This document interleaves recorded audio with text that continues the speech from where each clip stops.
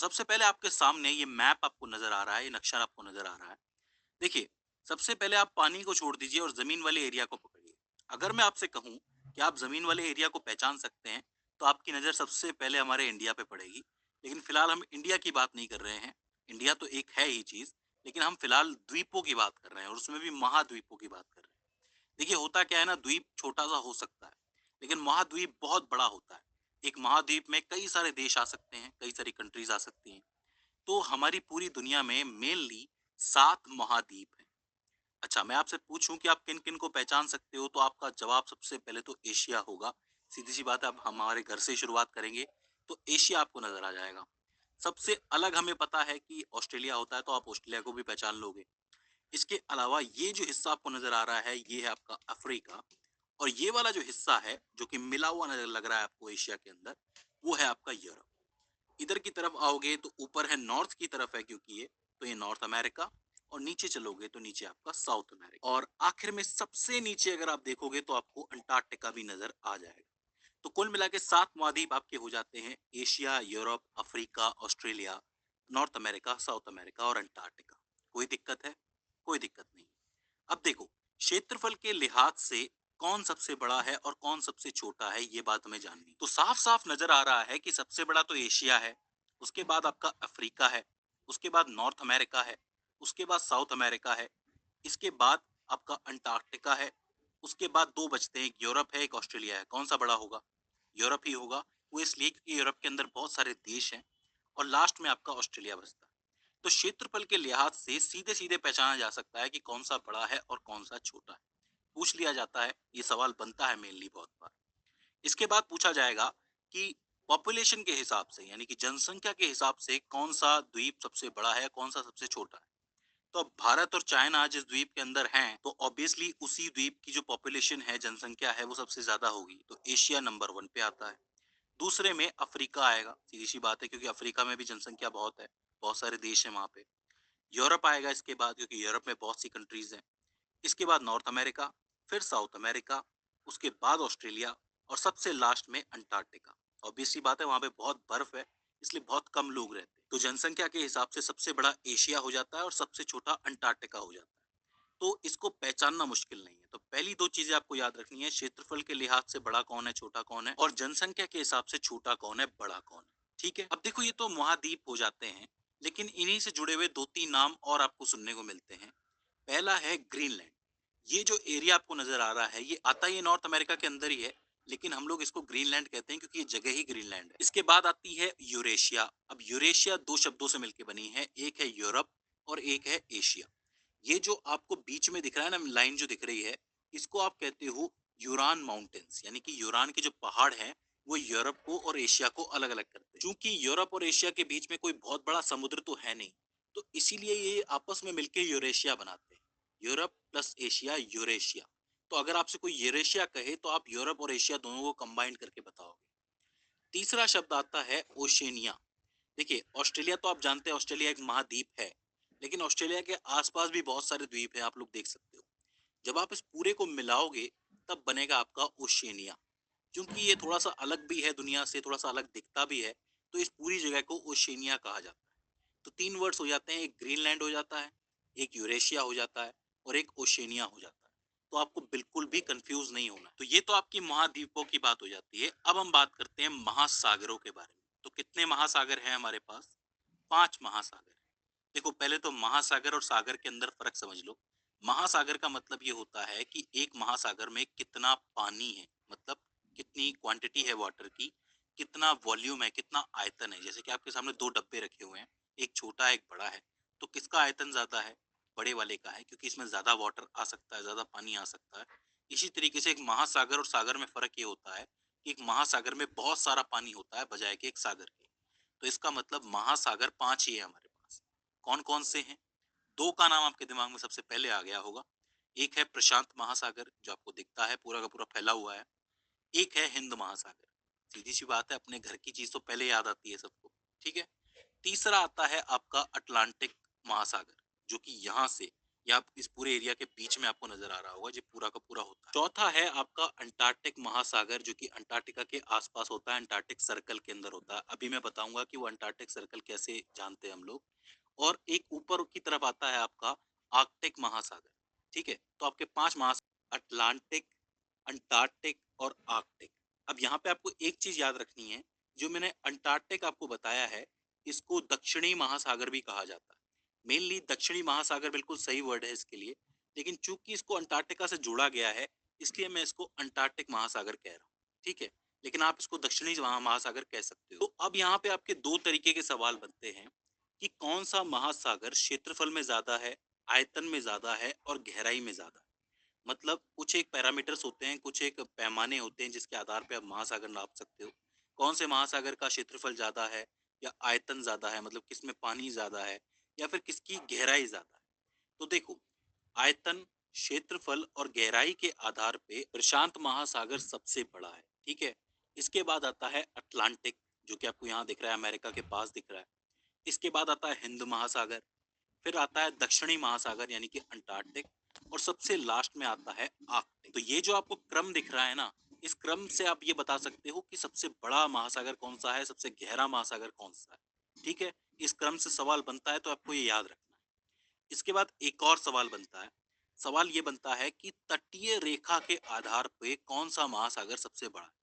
कहने का मतलब ये है कि कौन से महासागर की तटीय रेखा सबसे बड़ी है, कितनी कंट्रीज से होकर के गुजरता है या कितने कंट्रीज के तट से होकर गुजरता है। तो देखो, इसका क्रम थोड़ा सा बदलता है। इस क्रम में प्रशांत महासागर सबसे बड़ा है, क्योंकि इसकी तटीय रेखा सबसे बड़ी है। उसके बाद अटलांटिक आता है, क्योंकि अटलांटिक बहुत सारे तटों से होके गुजरता है, यहाँ पे दो दो अमेरिका आ जाते हैं, आपको पता है। इसके बाद आता है हिंद महासागर। इसके बाद आता है आर्कटिक, यानी कि ऊपर वाला आता है, क्योंकि यहाँ पे बहुत सारे देश हैं, तो बहुत सारे देशों के लिए इसकी तटीय रेखा काफी बड़ी हो जाती है। और लास्ट में आता है आपका दक्षिणी महासागर यानी कि अंटार्कटिक महासागर, क्योंकि वहां पे देश कम है, तो इस वजह से उसकी तटीय रेखा छोटी नहीं है। लेकिन जब आप देशों के पास जाते हो, तो देशों के पास जाते ही उन देशों के अपने सागर बन जाते हैं। जैसे हिंद महासागर तो आपको पता है, वो तो एक महासागर है। लेकिन जब आप बंगाल के पास जाओगे, तो आपको मिलेगी बे ऑफ बंगाल यानी कि बंगाल की खाड़ी। तो वो एक सागर है, क्योंकि भारत की अधिकतर नदियां जो होती हैं वो बंगाल की खाड़ी में जाके ही गिरती है। ठीक है, इसके बाद जैसे अरेबियन सी आ जाता है, जैसे कि आपका मिडल ईस्ट यहाँ पे होता है, जहाँ पे अरब कंट्रीज होती हैं, तो उनके पास के सागर को अरेबियन सागर कहते हैं। नीचे आओगे तो गल्फ ऑफ एडन कहलाता है ये। इधर की तरफ साउथ चाइना का सागर है, ऊपर थोड़ा ईस्ट चाइना का सागर है। इसके अलावा जापान ये आपको नजर आ रहा होगा, तो जापान के पास वाले सागर को सी ऑफ जापान कहते हैं, यानी कि जापानी सागर। ऊपर आप चलोगे तो ग्रीनलैंड के पास भी एक सागर मिलेगा, मध्य अमेरिका के पास आपको मिलेगा कैरेबियन सी। तो इसी तरीके से देशों के पास जब आप जाते हो, तो वहां पे आपको सागर बटे हुए मिलते हैं, कि किसी के नाम से सागर है, किसी के नाम से सागर है। जब हम देशों की बात करेंगे, तो मैं आपको सागरों के बारे में और अच्छी तरीके से बताऊंगा। तो मुझे उम्मीद है कि आपको महाद्वीप समझ में आ गए होंगे, महासागर समझ में आ गए होंगे। अब हम बात करते हैं तीन इंपॉर्टेंट चीजों के बारे में जिनसे सवाल बनता है। सबसे पहले आता है लैटिट्यूड यानी कि अक्षांश। तो देखो, ध्यान से समझना, ये जिस तरीके से मैप आप लोगों ने देख रखा है, इस मैप में पूरी की पूरी पृथ्वी दिखाई जा रही है। इस पृथ्वी के बीच से कहीं पे, यहाँ पे 0 डिग्री से एक लाइन जाती है, जो कि काल्पनिक लाइन होती है, रियल लाइन नहीं होती है। ये काल्पनिक लाइन आगे जाके इसी पॉइंट से जाके मिलती है, क्योंकि धरती गोल है। जब आप पूरे इस नक्शे को गोल कर दोगे, तो ये आपस में मिल जाएगी। ये लाइन धरती को दो बराबर हिस्सों में बांटती है। ऊपर की तरफ होता है उत्तरी गोलार्ध यानी कि नॉर्दर्न हेमिस्फीयर, और नीचे की तरफ होता है दक्षिणी गोलार्ध यानी कि सदर्न हेमिस्फीयर। और इस रेखा को आप लोग कहते हो इक्वेटर, यानी कि आपकी भूमध्य रेखा। और यहीं से शुरू होते हैं आपके अक्षांश यानी कि लैटिट्यूड। भूमध्य रेखा एक लैटिट्यूड की लाइन है। इसी के समानांतर जब आप ऊपर चलेंगे 10 डिग्री, 20 डिग्री, 30 डिग्री, 40 डिग्री, तो ये लाइंस खिंचती चली जाएंगी। ठीक है, बिल्कुल समानांतर लाइन होती है ये। तो ये जो लैटिट्यूड है, ये आपका उत्तर की तरफ जा रहा है। ये सब लैटिट्यूड की लाइन। जब आप नीचे की तरफ यानी कि दक्षिणी गोलार्ध में ऐसी ही लाइनें खींचोगे साउथ की तरफ, तो ये दक्षिणी गोलार्ध का लैटिट्यूड या फिर अक्षांश कहलाएंगे। देखो, बिल्कुल भी कंफ्यूज नहीं होना है। दुनिया को दो बराबर हेमिस्फीयर में गोलार्धों में काटती है एक लाइन, जिसको आप कहते हो भूमध्य रेखा। बहुत जरूरी रेखा है, पूछा जाता है। और उसी भूमध्य रेखा के समानांतर जब ऊपर तक, मतलब पोल्स तक, जहाँ पे आपके ध्रुव होते हैं, वहां तक आप लाइन खींचते हुए जाओगे, तो वो सारे अक्षांश होंगे, लैटिट्यूड होंगे। अब यहाँ पे ध्यान देने वाली बात यह है कि 2 लैटिट्यूड बहुत इंपॉर्टेंट होते हैं हमारे लिए। एक होता है 23.5 डिग्री उत्तर की तरफ और एक होता है 23.5 डिग्री दक्षिण की तरफ। 23.5 डिग्री उत्तर की तरफ आपका आता है कर्क रेखा यानी कि ट्रॉपिक ऑफ कैंसर और 23.5 डिग्री साउथ की तरफ आपका आता है मकर रेखा यानी कि ट्रॉपिक ऑफ कैप्रिकॉर्न। अब आप पूछ सकते हैं कि इनमें ऐसी क्या खास बात है। तो देखो, हम थोड़ा सा जाते हैं धरती से बाहर। धरती एक टिल्ट पे यानी कि एक झुकाव पे झुकी हुई है, आपको तो पता है 23.5 डिग्री के झुकाव पे है धरती सूरज के साथ। तो क्या होता है कि दिसंबर के टाइम पे ट्रॉपिक ऑफ कैप्रिकॉर्न जो होती है वो आपके सूर्य के सामने होती है। ठीक है, आप लोग देख सकते हो बिल्कुल सामने है। वहीं 6 महीने के बाद क्या होता है, मतलब जून के टाइम पे क्या होता है कि जो कर्क रेखा होती है वो बिल्कुल सूर्य के सामने होती है। अब यहाँ पे आप देख सकते हो कि दिसंबर के टाइम पे जो नॉर्दर्न पार्ट होता है वो सन से थोड़ा सा दूर हो जाता है और सदर्न पार्ट सन के थोड़ा सा पास चला जाता है। तो मतलब नॉर्दर्न पार्ट में यानी कि उत्तरी पार्ट के अंदर, उत्तरी गोलार्ध के अंदर इस समय सर्दी पड़ रही होती है और दक्षिणी गोलार्ध में इस वक्त गर्मी पड़ रही होती है। वहीं जब आपकी कर्क रेखा सूर्य के सामने होती है तब क्या होता है, तभी आपका जो नॉर्दर्न पार्ट है यानी कि उत्तरी पार्ट है ये सूर्य के करीब होता है, तब यहाँ पे गर्मी पड़ रही होती है। और ये जो नीचे वाला सदर्न पार्ट है, दक्षिणी वाला, वो दूर होता है तो यहाँ पे सर्दी पड़ रही है। अब हम कहाँ रहते हैं, इंडिया कहाँ है, नॉर्दर्न पार्ट में है। तो दिसंबर में यहाँ सर्दी पड़ती है, तब मकर रेखा पे होता है सूर्य, और जून के टाइम पे यहाँ गर्मी पड़ती है क्योंकि कर्क रेखा होती है सामने और हम लोग सूर्य के करीब होते हैं, मतलब नॉर्दर्न पार्ट करीब होता है। आप देख सकते हैं कि दिसंबर जनवरी के टाइम पे मकर रेखा से दोबारा ये इक्वेटर की तरफ आना शुरू करता है सूर्य, तभी ये मकर राशि में भी प्रवेश करता है। हम लोग कहते हैं ना कि मकर संक्रांति आ गई है, तो वो दिसंबर जनवरी के टाइम पे होता है जब मकर रेखा से सूर्य वापस इक्वेटर की तरफ, भूमध्य रेखा की तरफ वापस आता है। हालांकि सूर्य कहीं नहीं जाता, हम ही घूम रहे होते हैं धरती। तो आपके 3 अक्षांश हो गए, एक आपकी भूमध्य रेखा हो गई, एक कर्क रेखा हो गई, एक मकर रेखा हो गई। इसके अलावा 2 और अक्षांश होते हैं जो ऊपर की तरफ होते हैं 66.5 डिग्री पे। एक होता है ऊपर की तरफ नॉर्थ में, एक होता है साउथ में नीचे की तरफ। जो नॉर्थ में पार्ट होता है इससे ऊपर ऊपर के एरिया को आप कहते हो आर्कटिक सर्कल। ठीक है, याद रहेगा 66.5 डिग्री जो होता है उससे ऊपर के एरिया को आर्कटिक सर्कल कहते हैं। वहीं नीचे की तरफ क्या होता है कि ये 66.5 डिग्री साउथ में ये जो नीचे वाला हिस्सा है ये अंटार्कटिक सर्कल कहलाता है। ऊपर वाला आर्कटिक सर्कल, ये अंटार्कटिक सर्कल। तो आपको लैटिट्यूड समझ में आ गया, अक्षांश समझ में आ गया। इसके बाद हम लोग बात करते हैं लॉन्गिट्यूड की। अब देखो लॉन्गिट्यूड में क्या होता है कि जो आपका उत्तरी ध्रुव होता है यानी कि नॉर्थ पोल और दक्षिणी ध्रुव होता है यानी कि साउथ पोल, ये दोनों आपस में जुड़ते हैं। जैसे कि भूमध्य रेखा में क्या होता है कि यहाँ से यहाँ तक लाइन जाती है, इसी तरीके से ये ध्रुव होते हैं ऊपर नीचे वाले, ये आपस में जुड़ते हैं। ये भी काल्पनिक रेखा होती है। इसको आप कह सकते हो कि ये धरती की धुरी होती है।